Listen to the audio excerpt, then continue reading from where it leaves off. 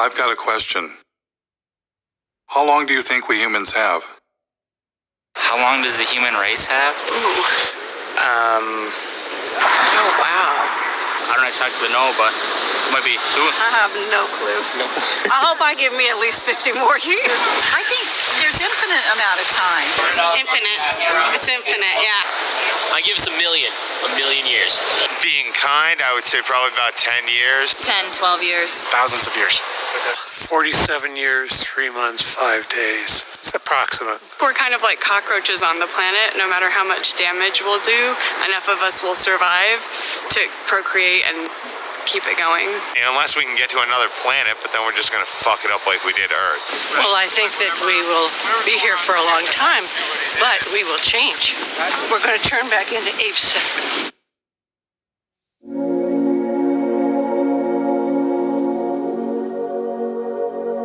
Have you ever wondered what would happen if a single species took over an entire planet?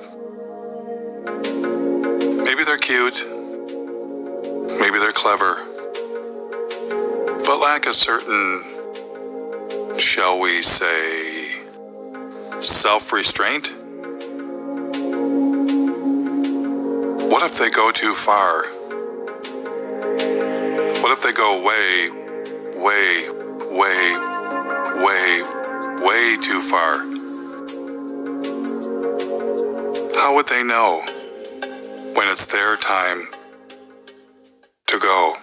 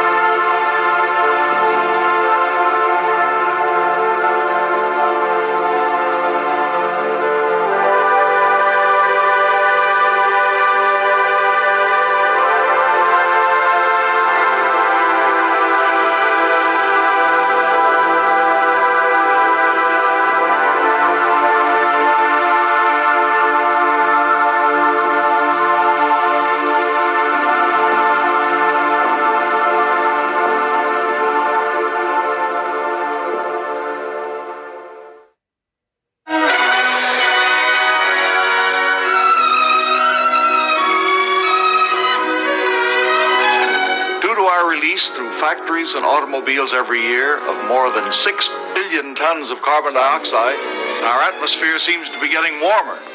This is bad? Well, it's been calculated a few degrees rise in the Earth's temperature would melt the polar ice caps. And if this happens, an inland sea would fill a good portion of the Mississippi Valley. For in weather, we're not only dealing with forces of a far greater variety than even the atomic physicist encounters, but with life itself. That was 1958. We've known about the dangers of climate change for 6 decades. Back then, there was so much air pollution that would actually block out the sun.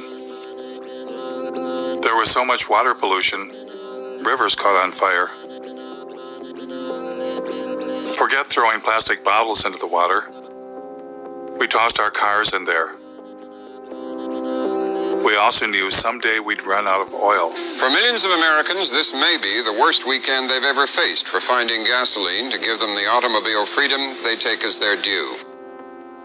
I never doubted humans would find a better way, and I wanted to be part of it. A scientist sounded the alarm, and the modern environmental movement was born. Unless we do bring these chemicals under better control, we are certainly headed for disaster.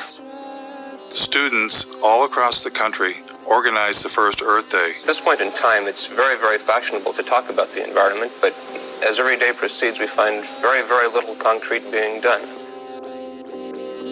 As for me, you might say I was an early environmentalist. When I was 9 years old, a bulldozer began knocking down the woods near my home. I retaliated by putting sand in its gas tank. When I grew up, I became a tree hugger and moved to the wilds of northern Michigan to build a sustainable homestead and commune with nature.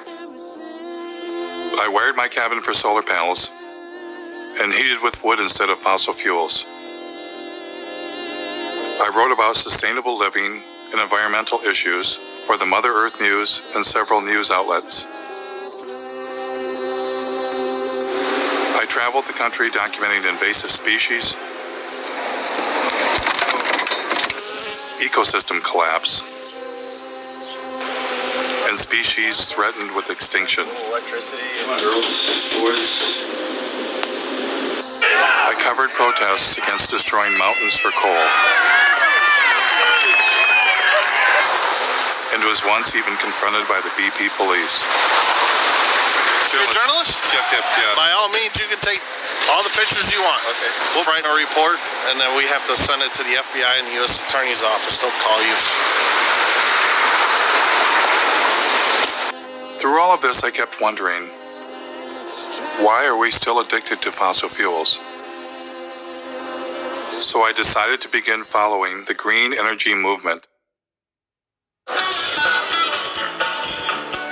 What better place to check out how our renewable energy revolution is coming along than a solar festival in the Green Mountain state of Vermont, powered by 100% solar energy. Solar. I was having fun and got a chance to ask about getting solar panels installed. You can keep adding, so maybe every time you get a tax return, buy another solar panel. But then a little rain began to fall.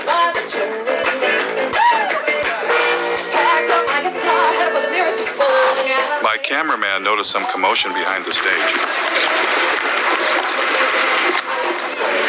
What's set up here? This is one of our biodiesel generators in case Oh, so the festivals run off solar energy primarily?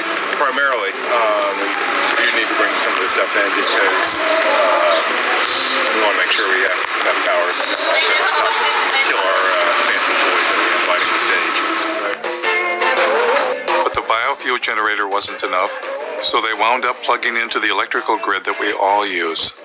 The other inverter operating, it's actually pulling power in from the grid, charging the batteries. It's running backwards from the way we originally intended to do it, but... That was disappointing. But after all, it had been raining. Maybe next time things would go better.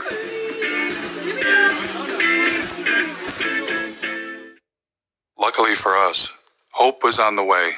It's been a long time coming, but tonight, change has come to America. Green activists across the country cheered when newly elected President Barack Obama rolled out $1 trillion stimulus package with nearly $100 billion for green energy. Green was finally ramping up, and everyone wanted to be part of it. President Obama brought in environmental activist Van Jones from the Apollo Alliance with shovel-ready projects. They've got to put up tens of thousands of wind farms. They've got to put up millions of solar panels. Former Vice President Al Gore, who had a few years earlier released an Oscar-winning film, shared his ideas with the president. We have the opportunity now to create jobs all across this country, in all 50 states, to repower America. Al Gore had already encouraged billionaire airline owner Sir Richard Branson to invest big time in green energy. Branson is pledging future profits from his airline to the tune of perhaps $3 billion. $3 billion, that's with a B, to fight global warming. Is Al Gore a prophet? I just spelled profit.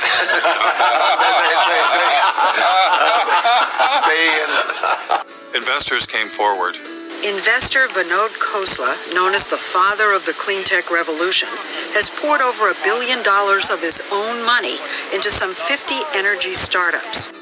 Major banks were eager to get involved. By 2020, we think renewables will require $395 billion on an annual basis. Robert F. Kennedy Jr. was both on the board of major environmental organizations and was leading a green energy investment group. We build wind farms, we build solar farms. Once you build our plant, it's free energy forever. The Sierra Club received $50 million from billionaire and former New York City Mayor Michael Bloomberg. Their mission, fight coal and promote clean energy. So with the mayor's gift, here's what will happen. We'll have a large and aggressive presence in 46 states. It's time for America to find a new energy path, one that takes us beyond coal. And then Bill McKibben, one of the nation's leading environmentalists and author of a breakthrough book called The End of Nature, formed an organization called 350.org with the mission of igniting a global climate movement. Can I show off my necktie for a minute because they made it for me yesterday? It's got that 350 on it because it's the most important